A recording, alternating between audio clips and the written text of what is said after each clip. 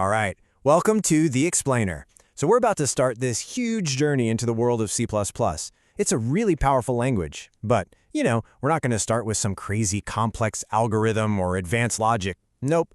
We're going to focus on one of the simplest, but honestly, one of the most crucial tools in any programmer's kit, the comment. Learning a new programming language, especially one as big and deep as C++, it kind of feels like stepping onto a whole new continent, right? There's just so much ground to cover. You've got these mountains of concepts and these rivers of syntax. It's exciting for sure, but let's be real, it can also be a little daunting. I mean, just look at a typical curriculum for C++. You've got, variables, loops, pointers, object-oriented programming, classes, templates, file handling. I mean, the list just goes on and on. It really is like being handed a map to an entire new world all at once. So when you see all of that laid out, it is completely natural to feel a little lost. I mean, where do you even begin? How are you supposed to find your bearings in this huge landscape without just getting totally discouraged? It's a really common feeling, but don't worry, there is a strategy. Okay, so think about this. Any great explorer will tell you that to navigate a vast new territory, you don't try to memorize the entire map at once. That's just impossible. No, you start by finding a single, reliable landmark, a point of reference that you can always come back to, a place to start exploring from. And for us, believe it or not, that landmark is going to be comments.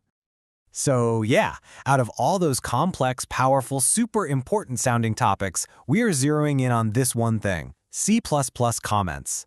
And here's what's so interesting, what's almost a little weird about it.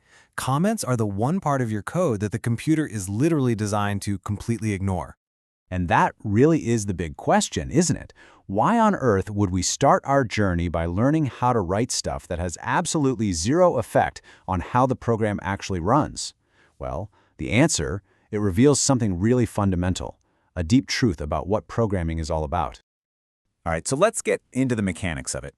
At their very core, comments are just notes. They're notes that you, the programmer, leave for yourself or for other people right inside the code itself.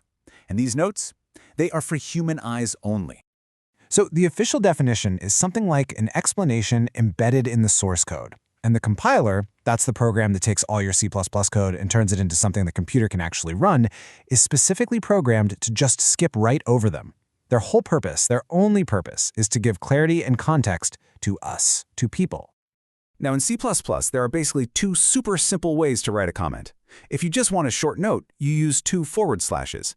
Anything you type after those slashes, just on that one line, is a comment. Easy. Now for longer explanations, you can start a whole block with a slash and a star, and then end it with a star and a slash. Everything in between, even if it spans a bunch of different lines, becomes one big comment. And right there, that's the fundamental difference you have to get. Your actual functional code. That stuff tells the computer what to do. It's pure logic, instructions. But the comments, they're for the human reader. They tell us why it's being done. One is for the machine, the other is for the mind. Okay, so now we know what comments are, but let's get back to that big question. Why are they our compass? It's because while your code is great at explaining how a program works, only your comments can ever truly explain why. Think about it like this. Your comments are playing 3 absolutely critical roles. First, they're a note to your future self. Seriously, 6 months from now, are you really going to remember why you wrote that super complex piece of logic? A good comment is the perfect reminder. Second, they're a guide for your teammates. They let other people understand your thinking so you can all work together. And finally, they're an amazing tool for debugging. You can just temporarily comment out a few lines of code to track down a problem without actually having to delete anything.